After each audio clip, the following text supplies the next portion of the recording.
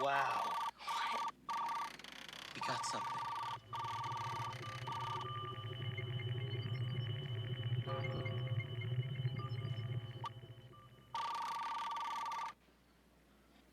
We're in.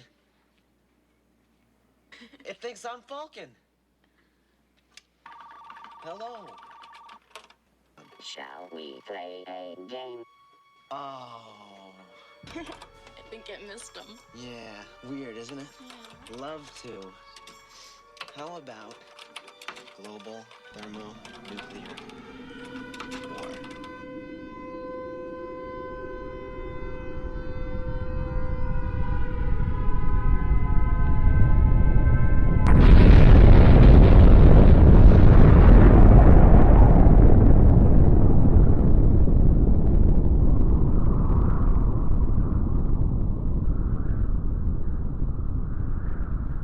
Blood-curdling, spine-chilling, heart-racing fear.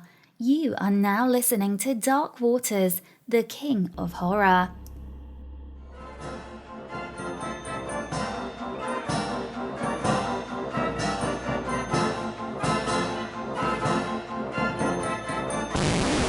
In 2009, I did an investigation of the abandoned Six Flags theme park in New Orleans East. The paranormal activity there was brought to my attention by several occultists. They used the second floor of the theater for their rituals. These rituals were intense and made use of mirrors to raise demonic entities from a book called The Goetia. I don't dare write or say the names of these entities, as it is a form of worship which strengthens them. It was very easy to gain access to the park if you knew the schedules of the security patrols. Inside this place, you get the feeling that you're constantly being watched. It's almost as if there's a crowd of people there along with you. The humid night air and strong breeze played tricks on my nerves as I tried to stay calm while walking. You can hear the most random sounds, thumps and squeaks, shutter doors closing. However, as I got closer to the theater, the area took a much more sinister feel. Now, I've been doing this for a long time, and the only instances where I get this type of sensation is when there's demonic energy present.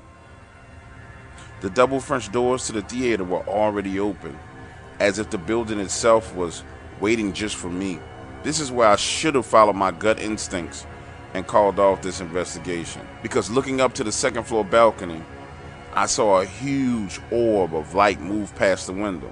Now, for those of you who don't know, typically orbs are disembodied spirits, but they're never the size of this orb that I saw. It was the size of a basketball. Entering the building, there was a distinct difference in temperature from the humid, moist air outside. It was cool and dry. The smell of mold was making my nose flare and burn. The rituals were held on the second floor, where they configured mirrors in a circle. These were mirrors that they had found around the abandoned park, and they ranged in size from 5 feet to 8 feet. According to the cult leader, if I stood in the middle of the mirrors, the demon would show itself to me. So like an idiot, I did. Standing there, surrounded by these mirrors, initially I was amused, thinking to myself, these people say they conjured a demon. Yeah, right. Then, a few minutes later, it got real. Coming towards me across the wooden floor was the sound of these footsteps. As it got closer and closer, I could feel the actual floorboards move. Then in the mirror I saw a hoof and a leg. My eyes traced upward to see what was the most abhorrent sight I'd ever seen in my life. It was the face of a lion with glowing red eyes. The hoofs and legs were attached directly to the face, and protruding out from the face were 7 other legs with hooves. There was no body, just a face with these legs protruding out of it. The face stared back at me from the mirror and made me feel helpless and powerless. Then it began to move from mirror to mirror, circling me, each hoof making contact with the reflection of the floor in the room and making a sound as if someone was circling me, walking around on the wooden floor from mirror to mirror. but the eyes were focused on me. No matter which way I turned my head, the face and the eyes were there. I began to feel lightheaded and dizzy, and as I moved forward, trying to exit the area, I blacked out. When I awoke, it was 9 a.m. in the morning.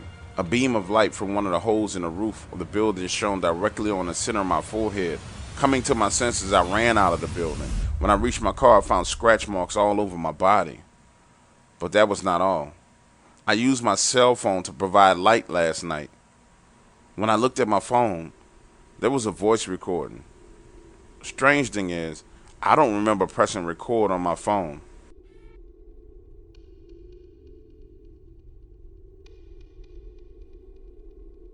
Ever since I was small, I've seen things or heard things. One incident I remember was when I was 6 years old. My family and I lived in apartments. I was taking a bath and playing with bubbles. I was sitting there doing my thing when I heard a creak. My younger sister, who was 3 at the time, was napping, so it couldn't have been her. And the bathroom door was already open, just in case I fell. It was a way of my mum keeping an eye on me so that she could run in and help me if I needed it.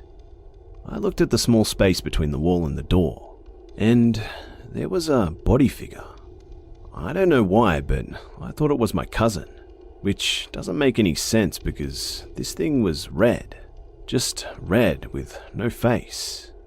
The figure was small, like a child, and I was beaming with excitement because I could have sworn that it was my cousin.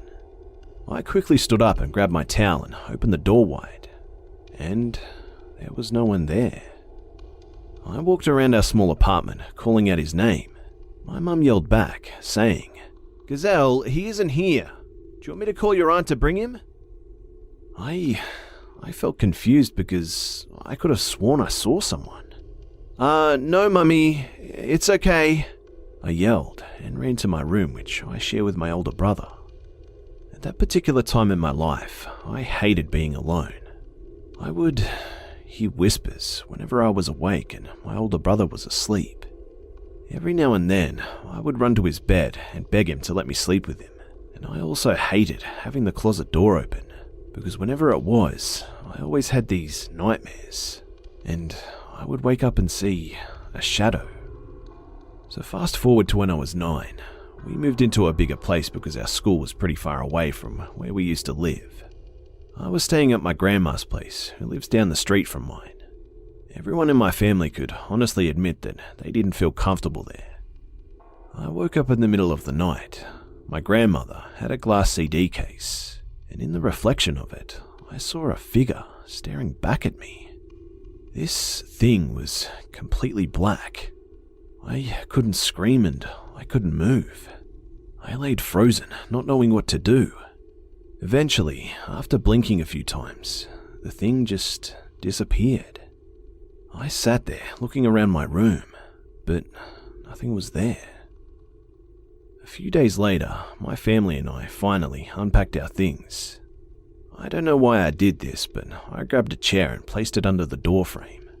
I felt the top surface of the door frame and I found a razor. There was dry blood on it. I was afraid and I placed it back. And the next day, I checked again, but it was gone. Things like this would happen often, things just disappearing and never being able to find them again. My little sister would also constantly hear voices. On one occasion, she asked my mum to tell the kids to stop laughing at her. It was 2 a.m. in the morning and there was no one there. And the final experience I've had in that house was when I was maybe 10. I was sleeping on my bed and I opened my eyes. I was staring at the ceiling and I stopped breathing when I saw a shadow reaching for me. I wanted to cry, but I couldn't. I closed my eyes and did the only thing I could think of at the time and started praying. And when I opened them, it was gone again. After those experiences, nothing ever happened to me personally again. My sister stopped hearing those kids. I don't know what to think of these events, but the thing that really sticks out to me was that blade. I know I put it back up there, and I know that nobody else touched it, and it was gone. All of the other events in the house could be labelled as sleep paralysis or hallucinations, but I know that I put that blade back and it went missing.